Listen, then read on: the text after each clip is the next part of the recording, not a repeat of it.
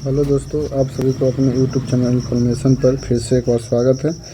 आप देख रहे हैं इन्फॉर्मेशन पर, जो कि आपके लिए हम डेली लेक्चर लेके आते हैं द हिंदू इंडियन ड्रिल और मोस्ट इम्पोर्टेंट डाटा एक टॉपिक वाइज लाते हैं, जो कि आपके लिए सभी एग्ज़ाम के लिए इम्पोर्टेंट है, जैसे UPSC, state PSC and Indian railway, banking, IT आदि सभी में ये बार बार पूछा जाता है। जिसमें कॉफ़ी बोर्ड के बारे में इस लेक्चर में हम लोग बात करेंगे।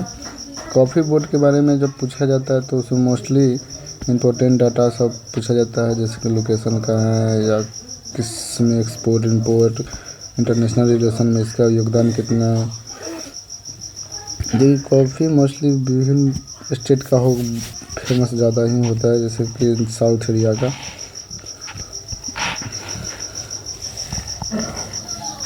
साउथ एरिया का जो कॉफ़ी होता है वो ज़्यादा फेमस होता है।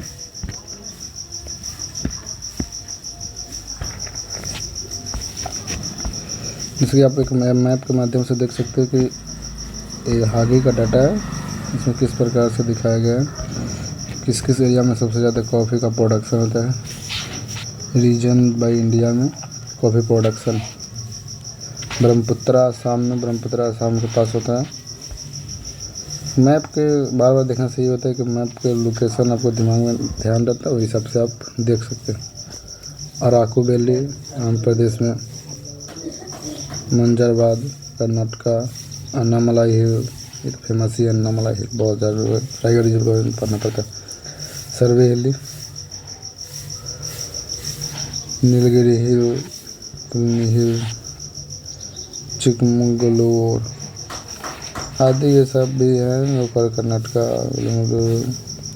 त्रावणकोर आदि में मोस्ट रूप से कॉफ़ी का उत्पादन सबसे ज़्यादा साउथ एरिया में किया जाता है, जो कि स्टेट को ध्यान रखना बहुत ही इम्पोर्टेंट है। कभी कभी लोकेशन के बारे में आपसे यहाँ से पूछ लिया जाता है।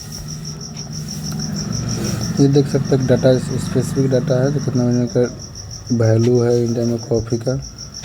कर्नाटका सबसे ज़्यादा हाई पे जाता है, 80% के लगभग, मतलब 78 या 75 बोल सकते हैं अप्रोक्सीमेटली। केरला में, तमिलनाडु आदि में, तमिलनाडु में सबसे ज़्यादा है, आंध्र प्रदेश, केरल। कॉफ़ी के बारे में जान सकते हैं, जिससे उनके क्लाइमेट के बारे में जान सकते हैं। क्लाइमेट हॉट एंड ह्यूमिड होना चाहिए, weather is necessary at the time preparing of the barrier. Rainfall 150 से 250 मिलीमीटर चाहिए।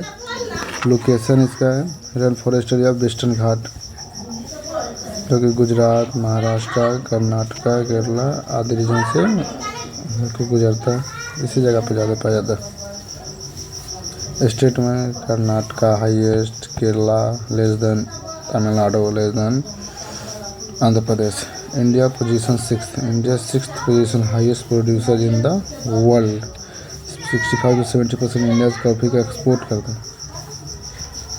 Brazil is the largest producer, Brazil जो है सबसे फर्स्ट में। वर्ल्ड मैप में आप लोग देख सकते हैं कि एक्सक्लूसिव, रोबस्टा, लिबरिका, अरेबिका, ये 4 प्रकार का कॉफ़ी पाए जाते हैं, जो कि विभिन्न सारे देशों में और इंडिया में भी पाया जाता है। वैराइटीज़ ऑफ कॉफ़ीज़ के बारे में, वियतनाम, इथोपिया, सुमात्रा, जावा, सभी जगह पे कॉफ़ी को तो, ब्राज़ील में तो सबसे ज़्यादा, पेरू आदि से आप लोग देख लेते हैं। उसको थोड़ा सा बार बार देखने से याद रहता है, आपको एग्ज़ाम के लिए बहुत ज़्यादा इम्पोर्टेंट हो जाता है, क्योंकि मिनिमम इससे कॉफ़ी बोर्ड से कभी कभी पूछ लिया जाता है सवाल। What is the present status of coffee production in India? What is among the 10 coffee producing countries with the 3% in the global output to 2020. India produced 2 types of coffee, Arabica and Robusta.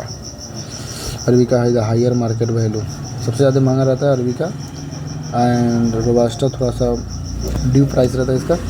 Climate आपको ऊपर बताएँ, 150 से 250 centimetre rain forest, 15 से 28 degree Celsius तक humidity चाहिए। Does not tolerate forest snowfall. जब बर्फीला तूफान आता है, बर्फीला जब बर्फ गिरता है या high temperature above 30 degree and strong sunshine या सन का लाइट ज़्यादा स्ट्रॉन्ग आता है तो उस वजह से generally grown under the shady tree, थोड़ा सा ट्री के प्रभावित होने लगता है। Coffee is largely produced in the south part of India, south part में मोस्टली अधिकतर करके प्रोड्यूस किया जाता है, वही कर्नाटका केरला तो आप देखिएगा 70% मोस्टली कर्नाटका ही कॉफ़ी का प्रोड्यूसर करता है। Producer status, coffee mainly produce Karnataka Kerala में लोग ऊपर देखिए लेस देन के हिसाब से। एक्सपोर्ट के बारे में बात कर लीजिए, सबसे ज़्यादा इंपॉर्टेंट कंट्री सबसे ज़्यादा एक्सपोर्ट करता है अपने अपने देश के हिसाब से, ये बहुत ज़रूरी है। According to the food agriculture, ये कौन से मिनिस्ट्री के अंतर्गत है? Food and agriculture organization FAO में statistics and the India the 8th largest exporter of the coffee values. Coffee board of India के बारे में हम लोग जान लेते हैं थोड़ा सा। कॉफ़ी बोर्ड का स्टैच्यूटरी बॉडी है, कॉफ़ी बोर्ड एक statutory organize constituted under the section 4 the coffee act 1944 and the functions under the administrative control of the ministry of commerce and industry, government of India. Then board of comprises 33 members including the chairperson. 33 member होते हैं इसमें include होते हैं chairperson. Board is mainly focusing its the cultivated areas of the research, extension, development and market intelligence, external and internal promotion and welfare measure. It is a headquarter in Bangalore, इसका main headquarter है जो बेंगलुरु में most important है, बार बार पूछ लेता है कभी कभी। मोस्ट इम्पोर्टेंट इसका मेन हेडक्वार्टर बेंगलुरु में, क्योंकि साउथ इंडिया में ज़्यादा तो मोस्टली उधर ही रहने का। Board has been the control coffee research institution इन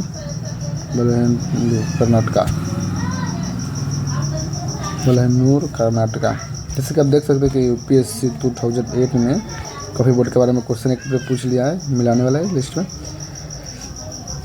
जैसे कि देख सकते हैं कॉफ़ी बोर्ड कहाँ पे? कर्नाटका। कॉफ़ी बोर्ड कर्नाटका तो है ही नहीं, गलत। रबर बोर्ड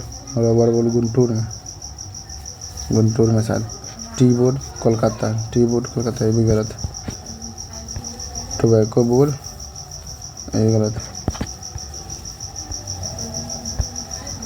जैसे कि देख सकते हैं कि answer B is the correct. 1 3 2 इसका आंसर बी है, जो कि देख सकते हैं नीचे एक्सप्लेनेशन दिया गया है। Explanation, coffee board the establish of the coffee act the 8 1942 the coffee board under the administrative control of ministry of commerce. ये बहुत जरूरी है, किसके अंतर्गत आता है?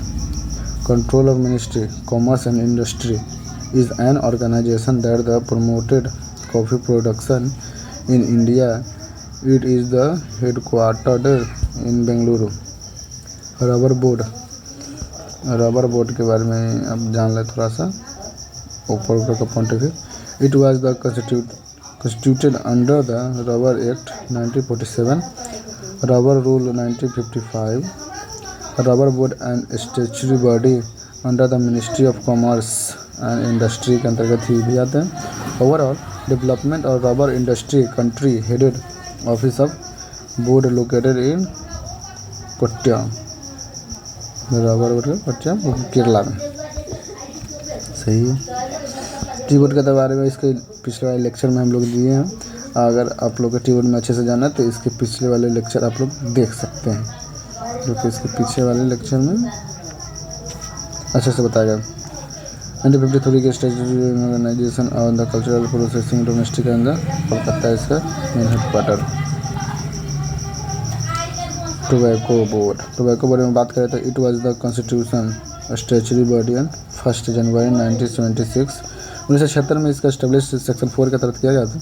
टोबैको बोर्ड एक्ट 1975 में board headed by the chairman with its headquarter Guntur, Andhra Pradesh, responsible for development of the tobacco industry.